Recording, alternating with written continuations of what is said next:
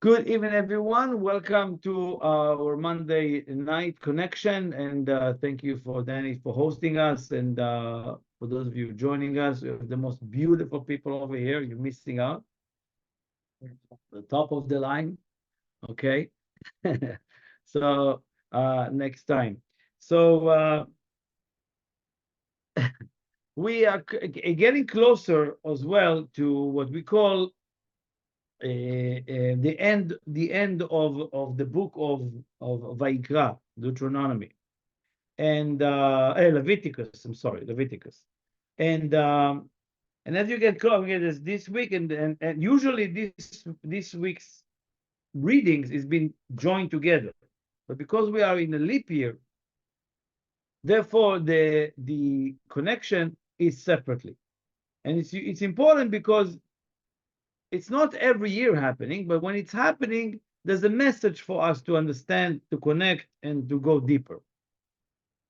This week is called Parashat Behar, the portion called Behar. The way it starts, and already in the beginning, as it starts, and for those of us who read the Hebrew or even the English, the way, at least the way I want to teach, is I want to teach people how to study, not to tell them that's what it is. So I'm making as much as effort as I can to share with you how do the Kabbalists get to where we get. It's not a reveal to everybody, and because it's not clear to everybody the way it's been done, everybody fall back to the way it used to be, religion. But this is not a religion. This is nothing to do with a religious practice. It's only a spiritual practice that allow you to elevate and expedite your transformation to as much as you want, as much as you want. So let's understand. One key is when you read the parasha, it says, "Vaydaber Hashem el Moshe," God spoke to Moses, Behar Sinai, in Mount Sinai. So now what we learn? We already learned that there is no Moses that is alive physically today. There is no God who is talking like that. So what is this all about? The Kabbalists explain every time you come and you read it this way, because last week it was different beginning. So what do we get out of it?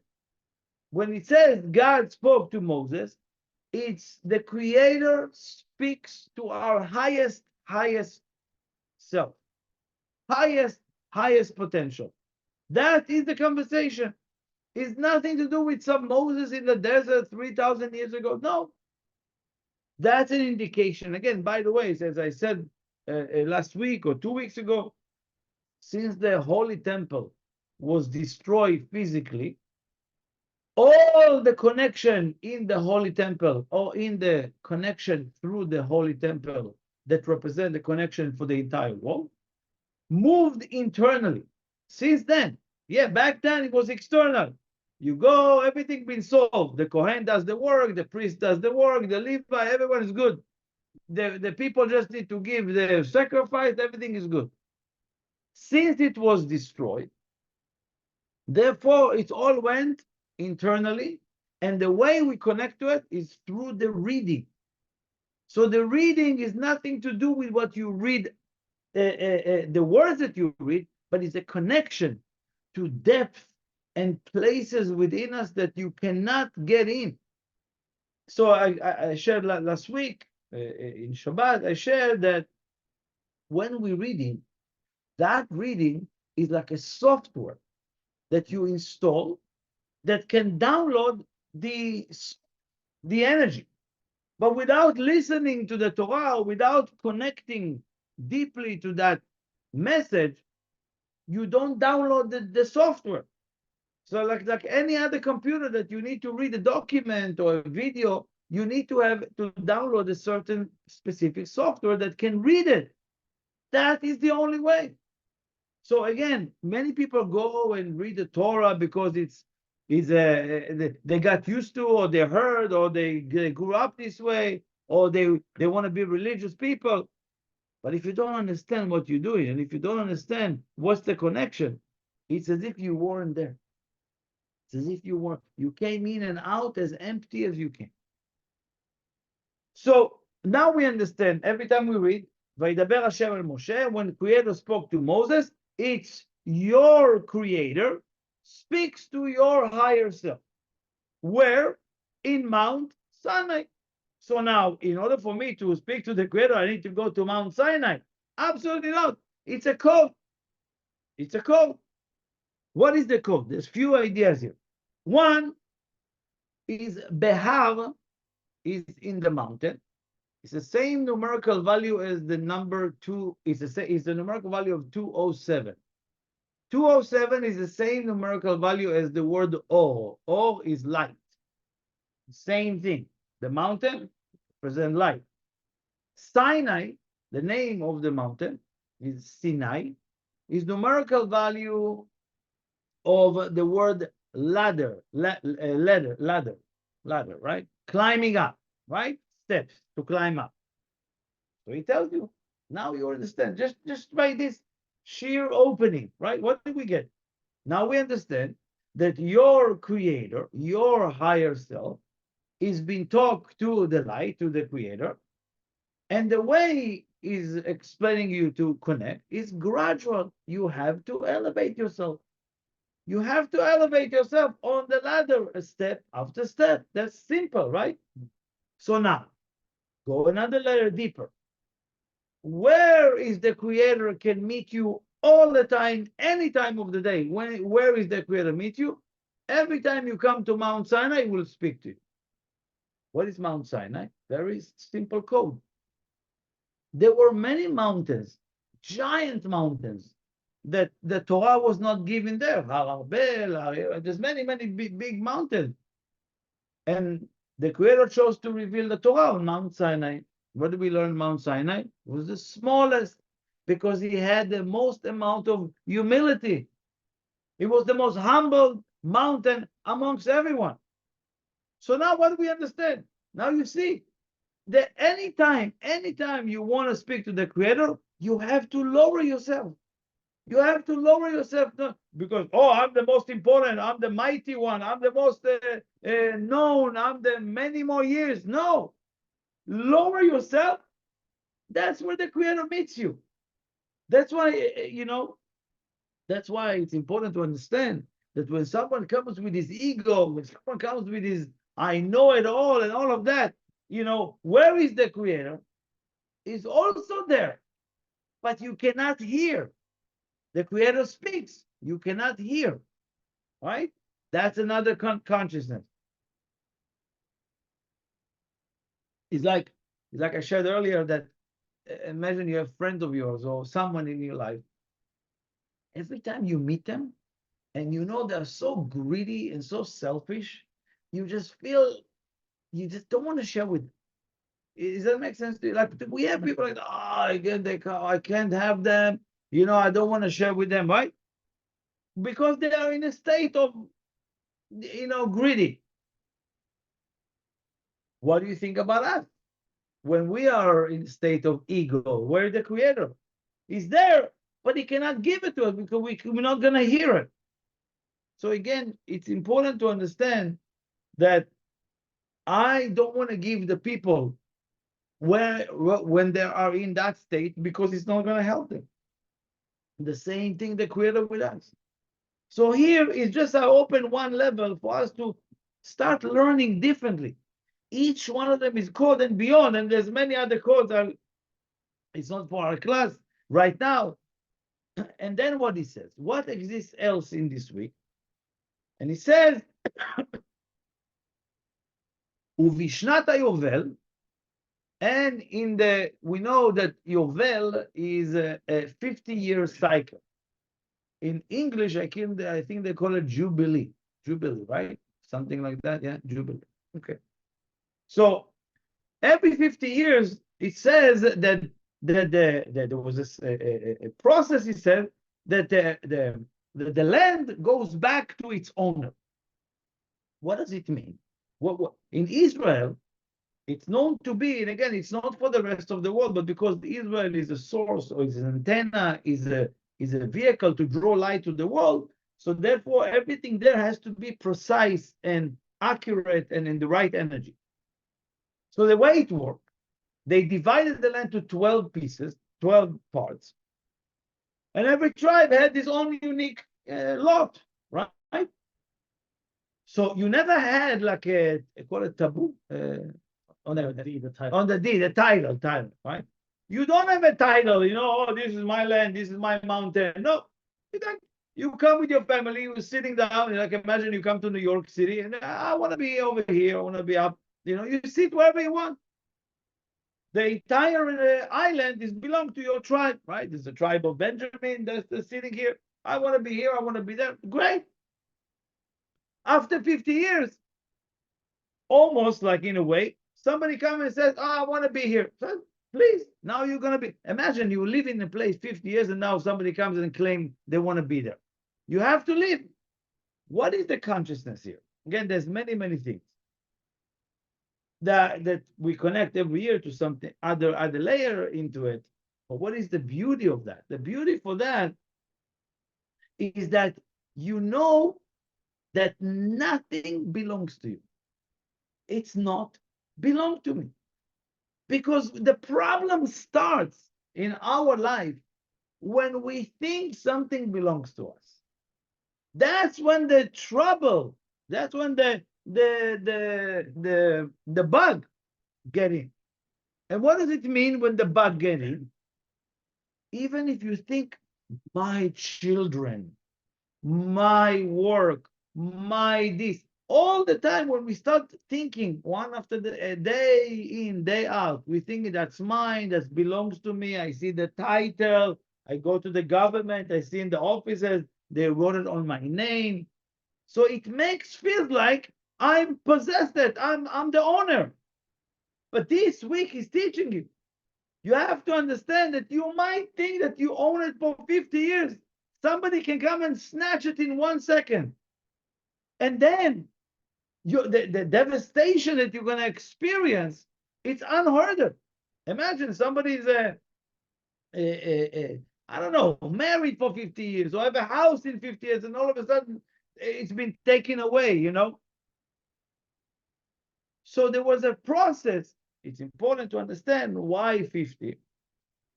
It's every 6 years, you give the land 1 year, what we call Shmita. What is Shmita? Shmita is a year that you give the land sabbatical.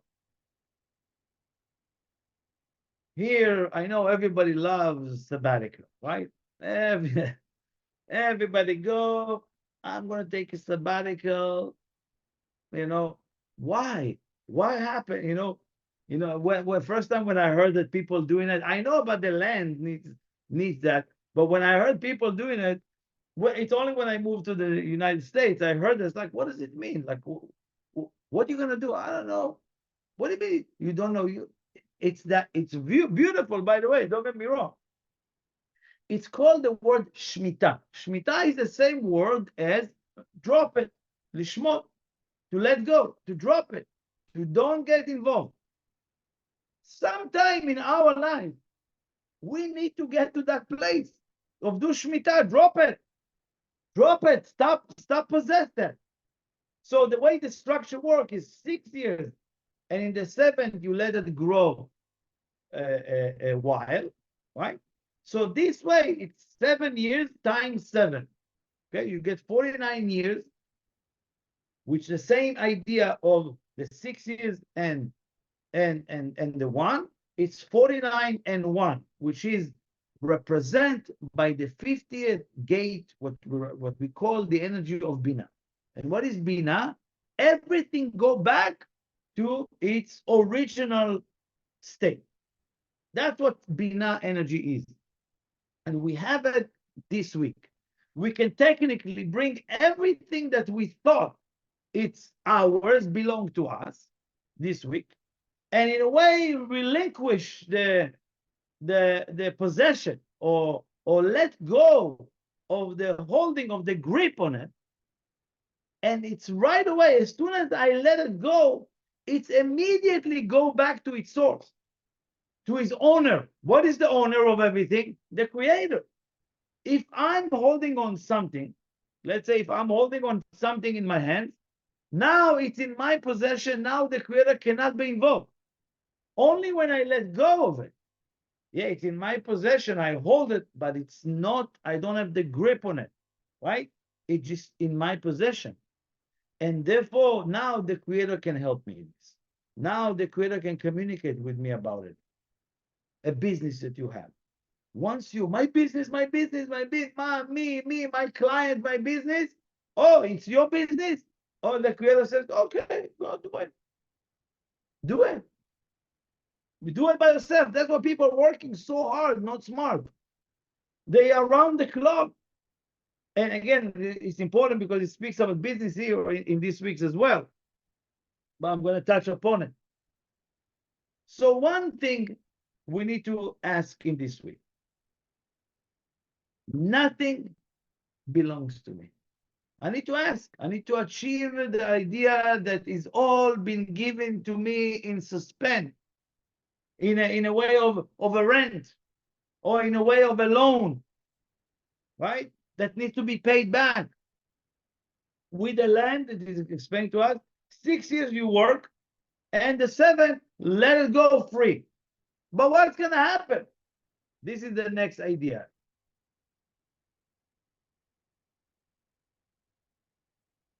The Creator gives everything in our possession to a certain degree that if it's not going to be used for the sake of influencing the world, it has to be taken away from us.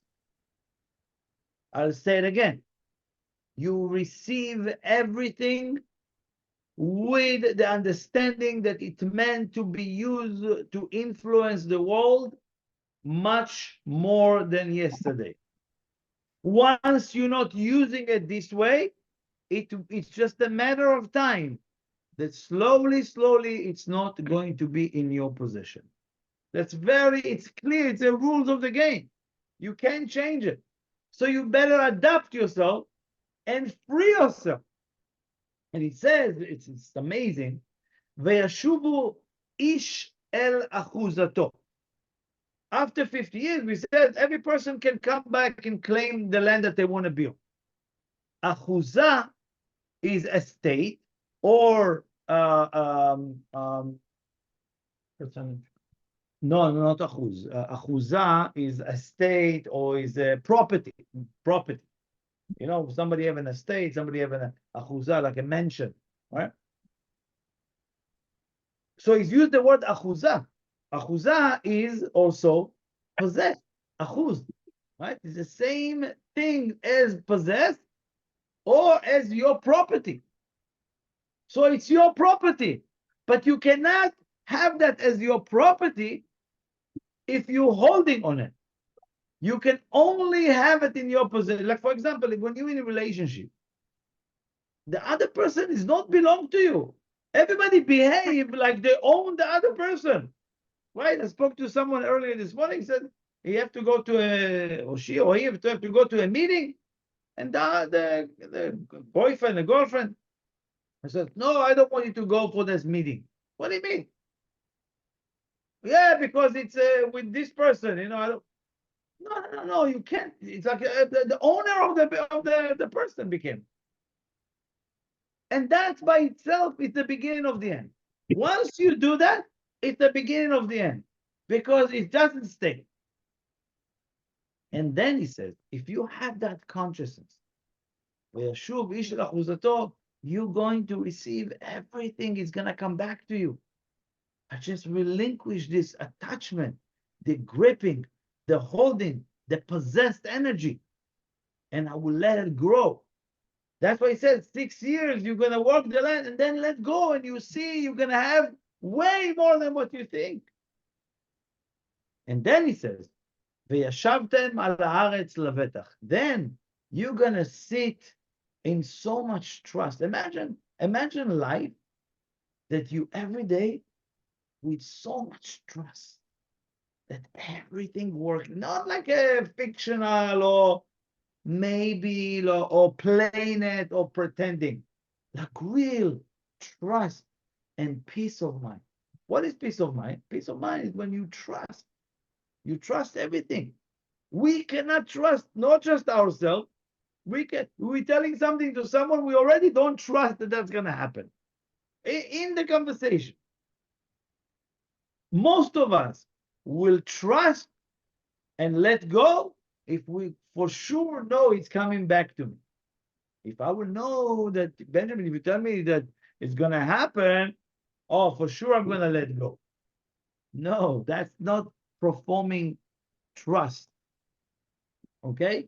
So, as we progress with this idea, we need to remember, we spoke about the idea that we need to let the 6 years to work and 1 year to let the land free. So he says, like for example, it says in Israel, when you plant a tree, for the first 3 years, you cannot take from that tree. You need to let it grow wild, and whoever the poor or whatever it is, taking and eating this. Everybody's okay with that. Everybody actually agree with this concept, right? Nobody question. Some people question. People are not connected spiritually, but think about it. When a person open a business, is there anybody who don't expect that the first year in business will be profitable? Oh, it's already second year, we're breaking even. Oh, breaking even. Oh, not making money. Oh, third years are not making money. What? Everybody think it's wrong. What's wrong with that? Right? Everybody open a business or come up with a product, and I'm expecting that it's going to happen right away because it's happened to them because they were successful, right? But you're not willing to put 3 years.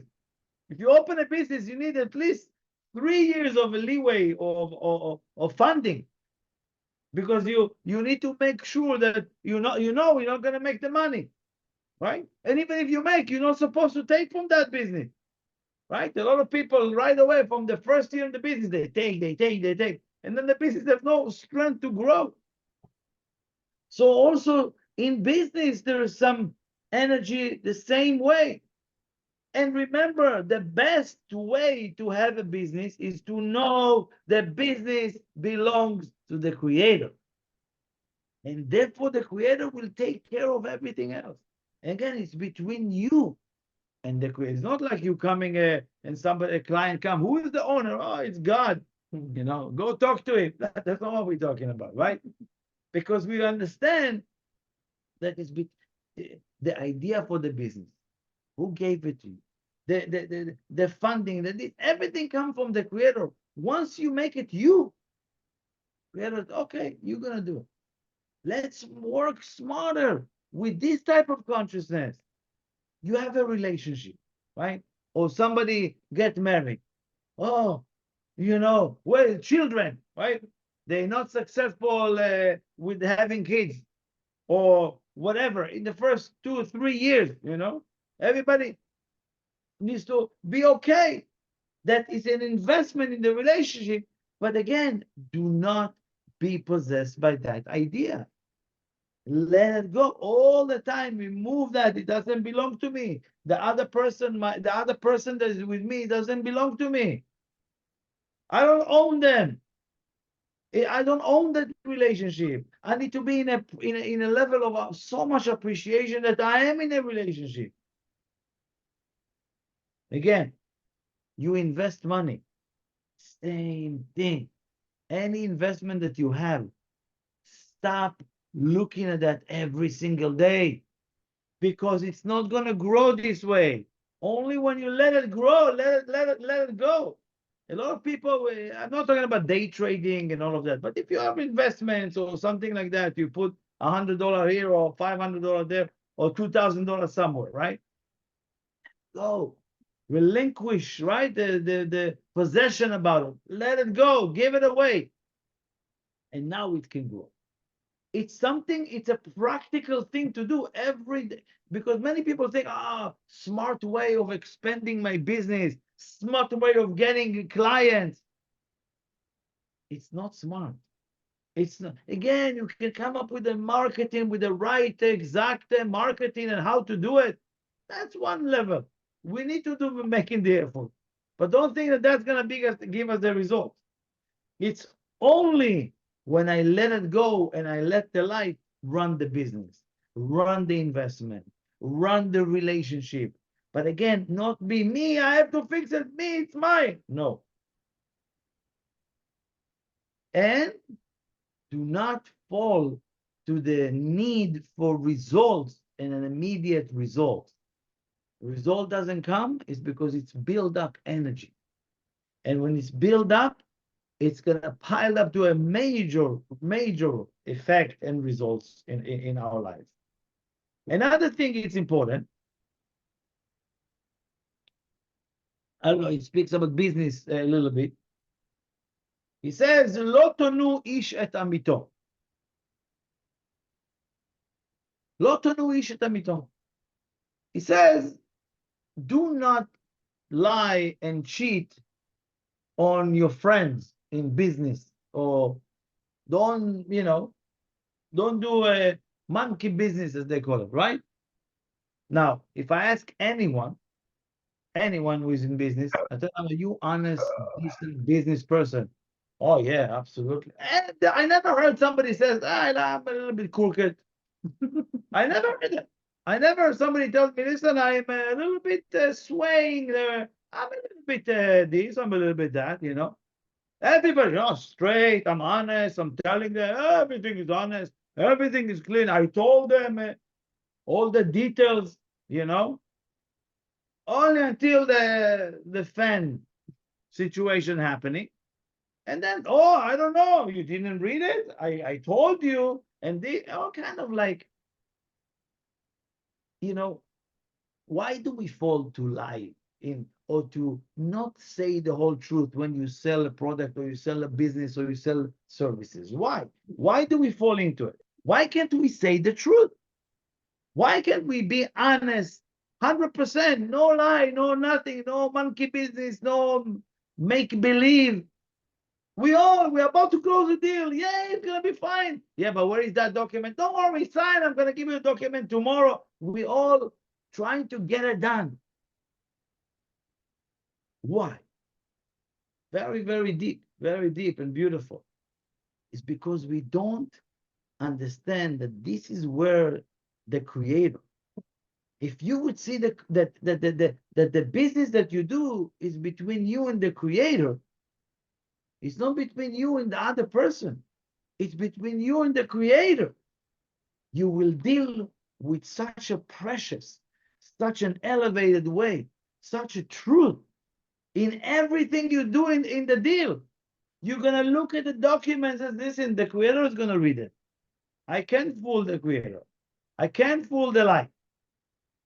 If I think I'm doing business with the other person, you're probably going to, everybody's doing it in business type of excuse, right? But when you do business in a clean heart, in clean, very clean, like really honest, clean, not because you said that, right? Because you are doing, clear, straight, honest, decent, then you get, וישבתם לבטח בארץ. ישבתם על הארץ לבטח. And you have peace of mind. Why do we have all these type of like worries and concern or no trust, right? Because I sold something that it wasn't that. Eventually it's coming back. And it's not directly, it's an energy thing, right?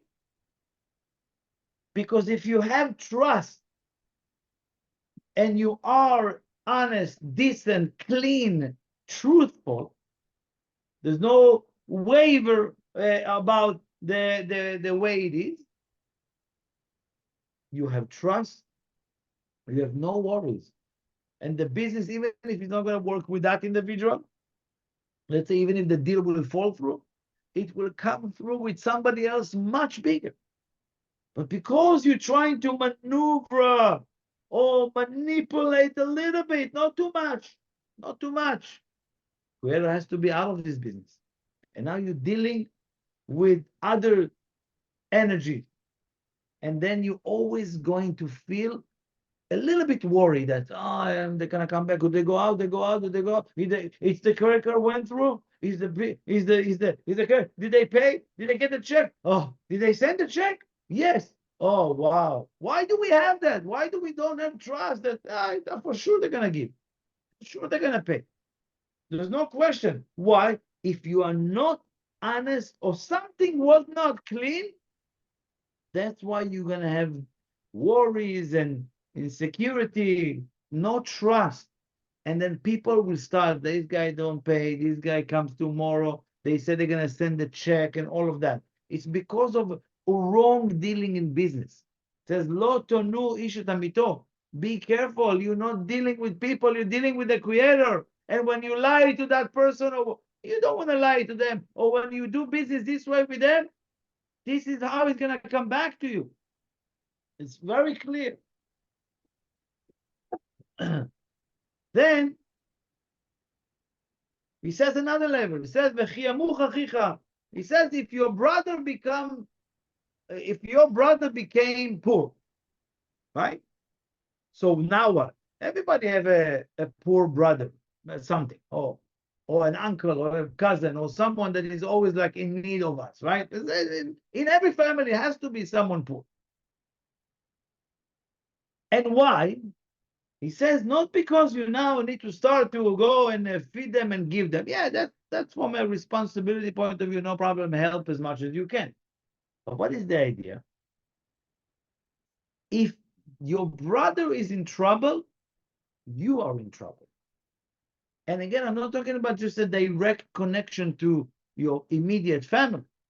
But if there are poor people in this world, and I'm relaxed because I can pay the bill and I'm relaxed, I'm okay. It's the poor people. What he's asking you this week, you need to start feeling the pain. Doesn't mean that you need to go and feed the hunger and feed the poor. It means that you, first of all, you need to meditate on feeling that pain. Second thing is, when it comes down to your immediate family, you don't need to do and now supporting them in everything. But you need to remember that you can actually recommend them. V'namlitz tov alehem. You can recommend good on them. Right? So I'm not saying that you need to give them money and support, but you can recommend them spiritually, right? Pray for them in a way of like, wow, the Creator, I recommend that, with the help of you, that person will find a great job, and just recommend. Doesn't mean that you command to the Creator, no, why you make my brother poor? But there's always something you can do. And the one thing you for sure can do is recommend them by good faith, by good energy to this world. Last thing is, again, just 1 second to go back, because I want each one of you that's listening to it later, that one person, I actually will be very happy. One person will understand how the Creator will show you wonders. ויראה לו נפלאות בחייו. The Rav Ashlag says, the Kabbalah says, once you work this way, the Creator will show you wonders. Unbelievable how did it happen? How this business became, how did it boom beyond? And again, the thing is that I've seen it in many different situations with people. The problem is when they get there, that's a different story. But the way to get there is this way.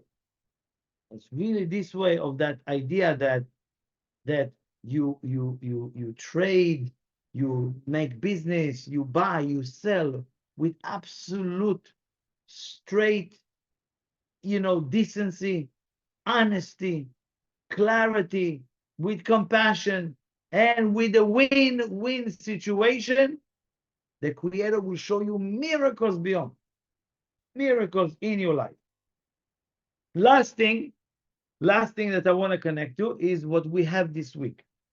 This week we have on Wednesday, we're going to have what we call the Pesach Sheni, second Passover. Passover and until Wednesday, it's exact 30 days.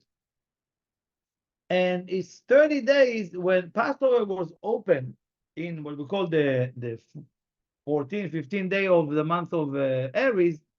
Now we are getting Wednesday to the 15th day of the month of Iyar, the month of Taurus. And what does it mean? It means that the many people wanted to make the connection back in the desert, and they couldn't. And Moses, with the people, have a tremendous desire to make the connection for the people who could not make it. And because of the desire of the people, again, this is important understanding. Second Passover, second opportunity to connect to Passover, right, is in this month. It's because the people were opening that gate. And it's the help of us, of the people, of the collective. And what is the consciousness that we want to have? And what is the establishment that we want to do in Wednesday? That's why it's important to understand before. Again, remember, the desire of the people to connect open another window for them. Okay? So one is to know that the true and strong desire opening all the gates. There are no gates that can be closed if you have a true and honest desire. Second thing is, we all asking for another opportunity, yes or no? We always, every day, every other day, in relationship or not, in business, with client, with me, oh, I made a mistake, can I get another opportunity, right? Or you play a game, or you're trying to do something, and I want another opportunity, can you give me another opportunity, you know? How many opportunities do you think you should have? How many? Two? How many? Three, right? How do you know how many opportunities you need? How many?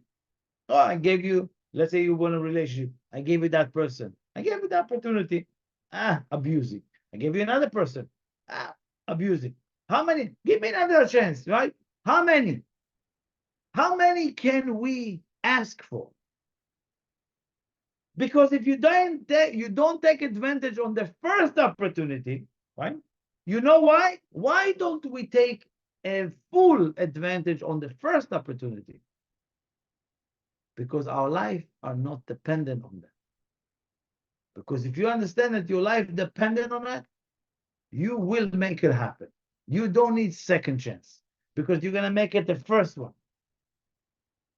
If you would know, again, this is amazing. This is the just reframing.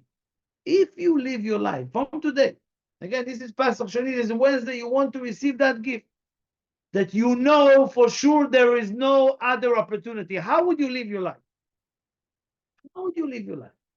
How would you show up to people? How would you show up to work? How would you show up to your family? How would you show up? There's no other chance to see them. This is it. How would you show up to that meeting? How would you show up to this class? You don't have any opportunity again. You have that consciousness. Wow, everything in your day will be magnified, will be a magnitude of success. And the last thing is, if you want countless opportunity, what do I need to do? Start giving people second chance. Because we are not so good in giving people other chances. One, two, depend on our agenda. But start, be merciful. Be merciful in a way of giving them, take another chance. Try again. Or again, these are the things that you give people the opportunity to express forgiveness, to express appreciation of something. But you need to start opening that for people. And therefore, the universe will give you countless opportunities. Maybe I'll end up with a story that I like about a beginning artist. It's going to be the end. So one day he did this beginning painter. So he goes to his teacher and he says, "How is my painting?" Right? I'm just cutting it short. I don't have much time. And he says, "Okay, take your painting, write down that, write down on a note, right? That please give me an advice of what's wrong with this picture or what doesn't work, right?" And he put it on an easel and put it in a shopping center, right? A lot of people coming in and out, and they start. Everybody is like, starting. This is not good. This is not good. This is not good. This is not good. They finished the painting, right? So he went back to his teacher. He says, "Oh, I'm giving up painting." He says, "Why?" He says, look what people say. Look, they finish and nothing is good in my painting, right? If that's what the practice you gave me. He said, "Okay, no problem.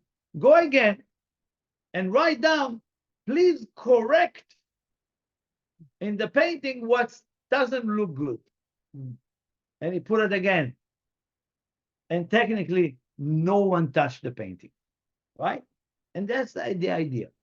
The idea is that to tell you what's wrong, everybody will offer you like right and left how things are bad and how things should be better. And this you should be this, you should be this. But to change it, oh, it's a different story. Just to tell you what's wrong, it's everybody's professional. But go deal with it, go change it. It's impossible. So again, this is another real desire that we want to awaken. Real letting go.